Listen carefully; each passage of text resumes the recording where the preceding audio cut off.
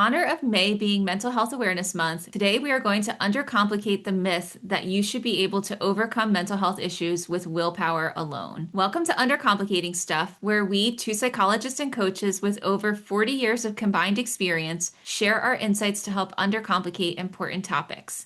A friendly reminder that this video is meant for conversational and entertainment purposes only. Please see the information section of this video for additional resources. So my name is Dr. Julie Radico. I am a psychologist, a coach, an author, and a speaker, and I'm here with Dr. Gedeon. Thanks, Julie. I'm Stacey Gedeon. I'm a health psychologist and the founder and CEO of a healthcare consulting and professional coaching business. Today, I am really excited that we're talking about this, particularly during the month of May. There's still, unfortunately, so much stigma associated with mental health diagnoses, and then combined with that, the treatment and how people should approach getting help when they have some mental health issues. A lot of our culture in the past has been really focused on, just white knuckle it and push through. And if you're strong enough, you can get through this.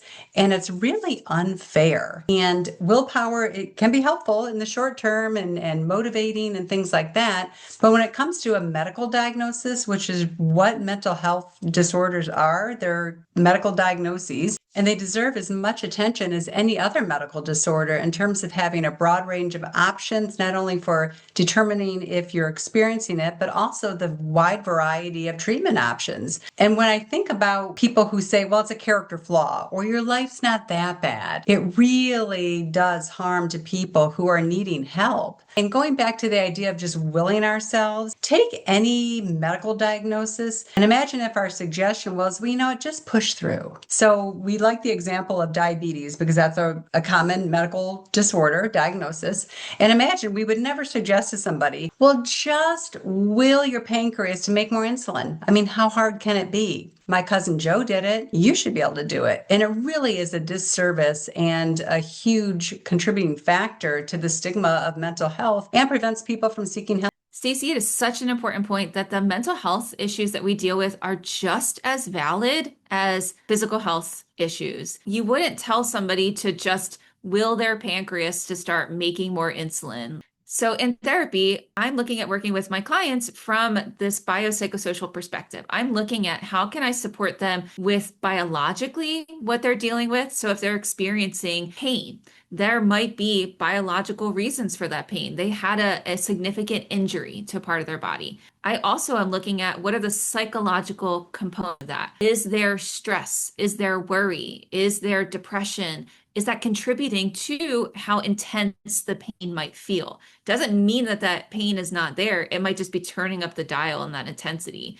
The social aspects of what they're experiencing. Are they feeling isolated and alone? We know that there's a loneliness pandemic right now, that people are lonely, that we are as connected as we ever have been with social media and being online, but we are so isolated. And there's research that talks about like pain can feel more intense if you don't have good social supports.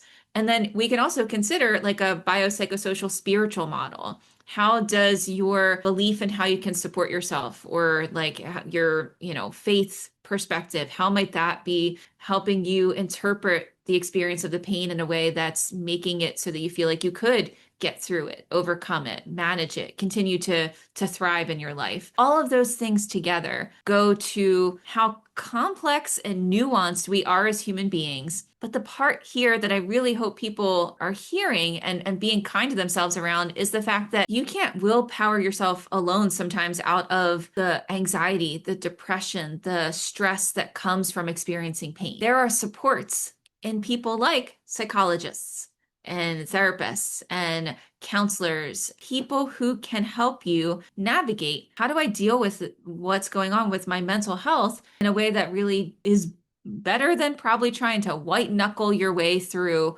I can ignore my pain. I can ignore the way it's affecting all the aspects of my life. Like I'm going to ignore that I finding it harder to be calmer with my family members, or I'm ignoring how I get frustrated with myself more easily, or like you can probably try to white knuckle through those things, but it's so much harder. It's like asking yourself to climb a mountain with zero training, with zero supports, zero equipment. Could you possibly do it? Sure. But the cost and the wear and tear to yourself in trying to do that is so much to ask of yourself, where there are supports. There are people like Stacey and I who we are willing to help, that you don't have to try to like grip a mountain with your nails and like all by yourself and struggle. Like there's supports out there that you don't have to do this on your own. I'm so surprised that there's still a lot of controversy about the use of medications. You'll get some people that have very strong opinions against it. And it's not to say that there aren't pros and cons. Of course there are. And some people will say, oh, it's a panacea, it fixes everything. And others say, no, it's a poison. And the truth is it's an option. It's a possibility. So it's really an option for some people that can be life-saving. And lots of times we talk to people, Julie, about medication maybe just for a period of time. For others with more serious concerns, it may be lifelong. And it's something that really impacts our brain and our nervous system in a way that's helpful. And it can support how we regulate our moods. It can help with anxiety, help with depression, impulse control. And the other thing I hear a lot is a client might say to me, well, my husband was upset because I didn't take my happy pill. And oh, that just irks me because it indicates to that person that, oh, you need this to be happy. Well, you need it to treat a medical disorder. And by the way, they aren't happy pills. As best we understand, there are things that level out our neurotransmitters that then allow us to do things like participate in therapy effectively, continue to work, do the self-care behaviors that we know help with issues such as exercise and proper nutrition. And so it really is a tool that can be very, very helpful for some people. Think about all the things that if you were just trying to willpower yourself through a mental health diagnosis or mental health concerns, that all of those things that you would be really trying to force yourself into doing and trying to figure out, if you had to try to do those things on your own, if you had to learn how to do yoga all by yourself, or learn how to do Pilates, or learn how to use exercise equipment all by yourself, it would be hard. You could, again, try to figure that stuff out, but it would be hard to do so. There are helpful YouTube videos. There are books. There are friends and colleagues and professionals out there that could help you learn how to do those things in ways that best serve you, best meet your needs. Because if you were to say you have to go lift weights, Julie, in the same way that person A does, they might be so much better at a certain type of weightlifting that I would need to start out like so much less weight and such a different way that's really going to help me make sure that I'm not hurting myself or risking my own safety in the name of just being like, yes, I can do this. I can lift weights. Like you can probably for some amount of time get through mental health stuff by like pushing it down or ignoring it or overcompensating for it by saying, I'm fine, everything's fine. That stuff, that kind of like fake it till you make it, only goes so far. It's kind of this analogy I think about sometimes where people will be like, well, why did that person like break down crying when all I did was say like, oh, I think you need to improve the way you wrote this email? Because they have been trying to hold all of the stuff for so long that they have just been adding stones upon stones upon stones to the backpack that they have on. And now eventually, like only one other small thing, seemingly small thing, needed to happen for the weight to be too much, and it broke. The bag broke or they were knocked down. We can only carry so much stuff by ourselves, and there's support out there that there is no shame in utilizing. People have worked really hard and studied a lot to figure out that like, yeah, you can climb a mountain bare hands, like you can claw your way up a mountain, sure. But we've also figured out that we can have this tool that helps us create steps in the mountain. So you could just walk up. And it's still going to be work. It's still going to be tiresome. And you still, but we have guides that might help you up that mountain as you walk up the steps. And we figured out that you need rest points at certain like parts to sleep and take care of yourself, because otherwise the medication or the tools that you're trying to use might not be as effective. Like there's all this stuff that people have worked really hard and researched to figure out to help you navigate these types of struggles in a much kinder way to yourself and more evidence-based way to yourself, that taking on shame that others might be trying to put onto you for like utilizing that help is only doing yourself a disservice. I think it's so critical, you emphasizing that there's support available, and it not only helps with providing the things that we know work because they're based in evidence and research, it's also a lot quicker and a lot less lonely to have support with you when you're doing that, whether it's therapy, medication, a combination, a support group, whatever you might need. When I think about a takeaway, a couple of things. One is, mental health is health. They aren't two separate things. We're interconnected. We can't separate the brain and the body. Long, long ago, we tried to. We realized, no, it doesn't really work that way. So mental health is health.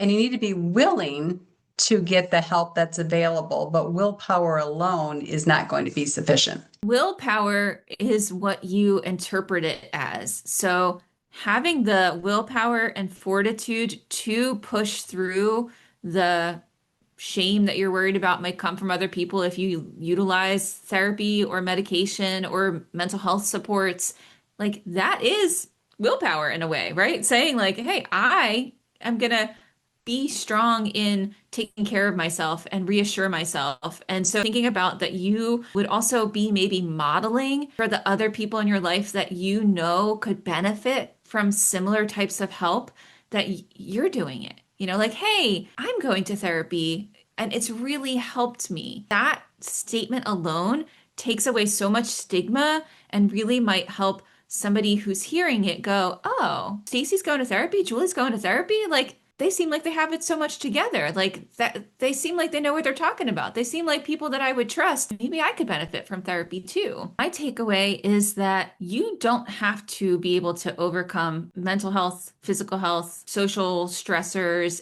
anything by willpower alone. Sometimes that's impossible. And you might be really damaging yourself in the long run by not doing regular maintenance and giving yourself support. In the same way that it's probably not helpful for you to say, well, I'll just go 5, 10 years without paying attention to my physical health or seeing my primary care clinician. That comes with risks in the same way that you might say to yourself, oh, I'm just going to ignore that I feel down or sad, or that I can't get out of bed sometimes, or that I feel uncomfortable in this relationship, or that like these signals are letting you know that this is a time to reach out for support, whether that is reading a book, whether that is talking to a trusted friend, whether that's talking to your primary care clinician about medication that might help you, whether that is going to a therapist who has some good evidence-based strategies to help you navigate. There's research that talks about that in therapy, and it used to be the therapeutic alliance. So the connection that you have with a therapist, that was actually the most beneficial part of therapy. And it's still up there. It's number 2. The biggest effect that you get from therapy is having a space for emotional expression, having a safe space to talk to somebody about what you're experiencing in a place it's not going anywhere. That therapist is holding that container, that space for you to express how you're feeling, to process what you're feeling in your emotions, and to be met with kindness and understanding when you're trying to figure this stuff out. That is a huge part of what it's hard to do by willpower alone.